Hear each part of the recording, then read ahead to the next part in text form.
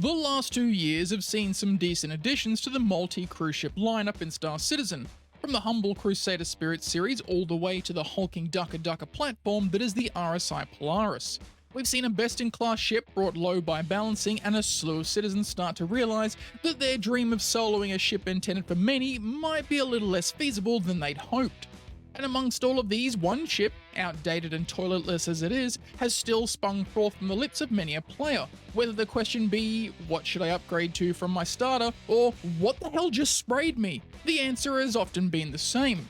Citizens, my name's Bit of Oz, and today we'll be revisiting a classic, the Drake Cutlass BLK. Like most of these ship reviews, I'll go over its specs, what it's good for, if it even really needs a toilet, and why you should probably pick one up. If you enjoyed this video or learned something new, don't forget to drop it a like so the great machine god will notice us. And if you'd like to see more content like this, be sure to hit the subscribe button, and also the real subscribe button so you'll be notified when my videos go live. Alright, let's dive in.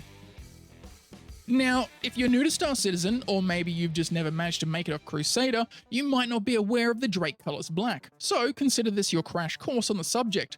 Brought to us by Drake Interplanetary, a ship manufacturer with a spotty past rife with accusations of funding piracy and other unlawful activities, comes a ship that, unrelatedly, is often used in piracy and unlawful activities. And it's easy to see why. Built around Drake's ethos of affordable and effective, the Cutlass BLK showcases this quite openly.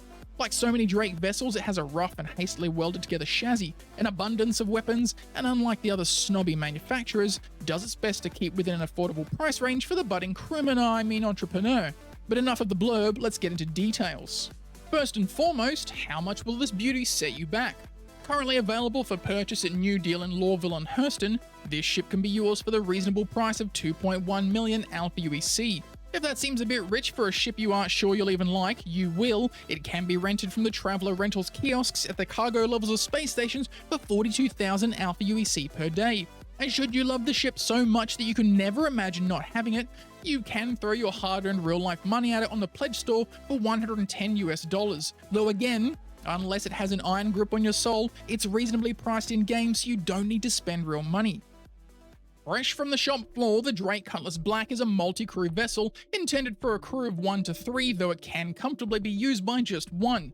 In terms of components, it comes equipped with a single size 2 power plant, 2 size 2 coolers, a single size 2 shield generator, and a size 2 quantum drive. At the time of recording, it has 1 million quantum fuel allotment and a 36 million hydrogen fuel in the PU build, and my most recent visit to the EPTU 4.0 build yielded the same results, though this may be subject to change as CIG fine-tunes quantum travel and associated values. In terms of armaments, the Cutlass BLK holds true to Drake's ethos of more guns equals better, coming in with 4 size 3 pilot-controlled weapons. Out of the box, it has 2 laser repeaters and 2 ballistic repeaters, providing a somewhat balanced approach to ship combat.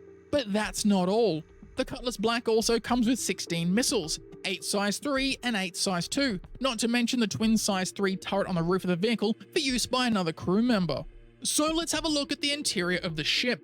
The Cutlass BLK has 3 entrance points, a ramp at the rear of the vehicle for vehicles to be brought aboard, more on that later, as well as 2 side doors, perfect for a quick exit in the case of ground troop drop-off or even EVA excursions. The cavernous hold can carry 46 SU of cargo on the grid and also has fold-down chairs near the back ramp should you be bringing more than 2 other citizens along.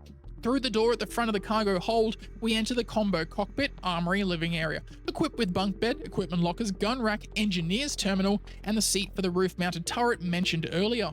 Being an older ship, the living area does not come with the amenities a lot of newer ships have, such as a bathroom, suit locker, or kitchenette. And honestly, who needs them? If the answer is me, then maybe the Cutlass isn't for you. If the answer is yeah, who needs them? Then the Cutlass might just be the ship for a rough and tumble kick-ass citizen like yourself deserves. The cockpit proper has 2 seats, the front being the primary pilots and the rear being the co-pilots. When seated, these will raise up closer to the canopy to afford a better view while flying. The pilot's MFDs are limited to 3 customizable with a radar inset, and while it may be a smaller number than some other vessels, 2 of the 3 are positioned in such a way that they can be passively seen without needing to move your view by use of head tracking software or holding down free look. Overall, it's a rather decent field of view. The co-pilot seat has twin MFDs for co-piloty things, not to mention has access to a tractor beam control within the cargo hold to allow for easier movement of acquired cargo. Speaking of cargo, let's dig into that a little deeper. The Cutlass Black's hold allows for 46 SU of cargo to be snapped to the grid. Unlike something like the Zeus Clipper, there is still room to navigate this area when at grid capacity.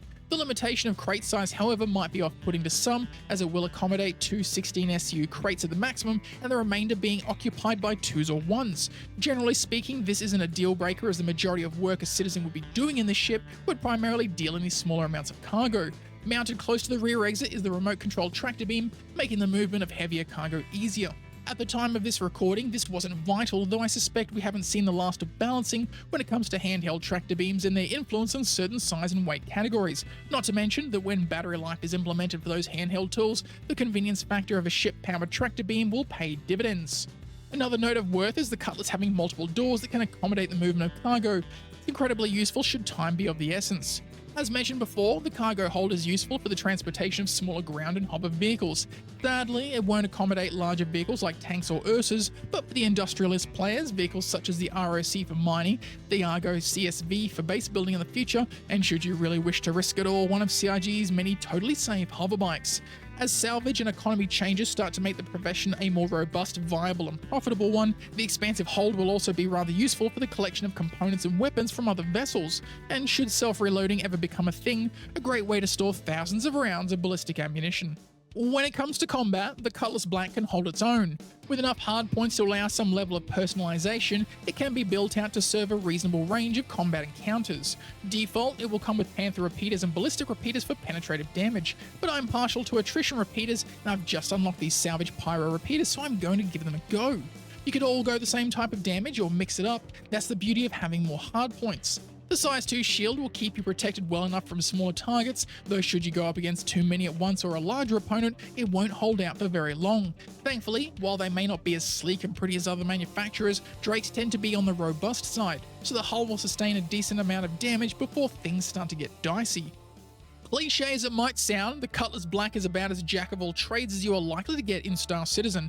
It's enough for one or more players to get out into the verse and dabble in numerous activities, from ship combat to getting boots on the ground for FPS gameplay. It can bring along small ground vehicles or carry the spoils of a lawful or unlawful adventure. It has enough cargo space to have a go at the hauling profession, whether it be moving the cargo belonging to Kovlex or buying and selling your own commodities. With its big boy Drake VTOL thrusters, it can launch off like Superman, and when control surfaces become a thing in game, the ability to hover loudly will make this ship a definitive winner.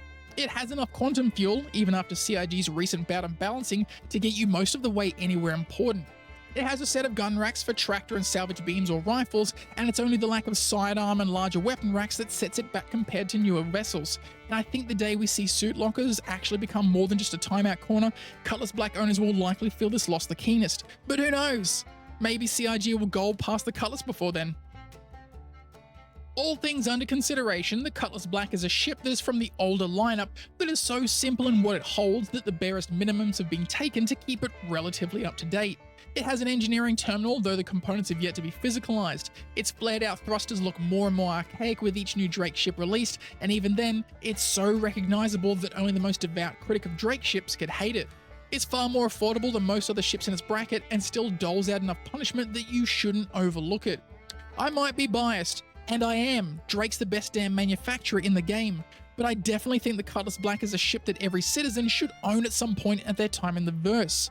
It may not be with you forever and always, but it's just so damn iconic you'd be doing yourself a disservice passing it over.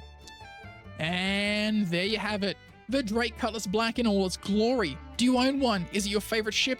Would you never be caught dead in one? Let me know in the comments section below. As always, if you enjoyed the video, drop a like and do the subscribe thing to keep up to date with my videos. Stay safe in the verse, citizens, and I'll catch you all next time.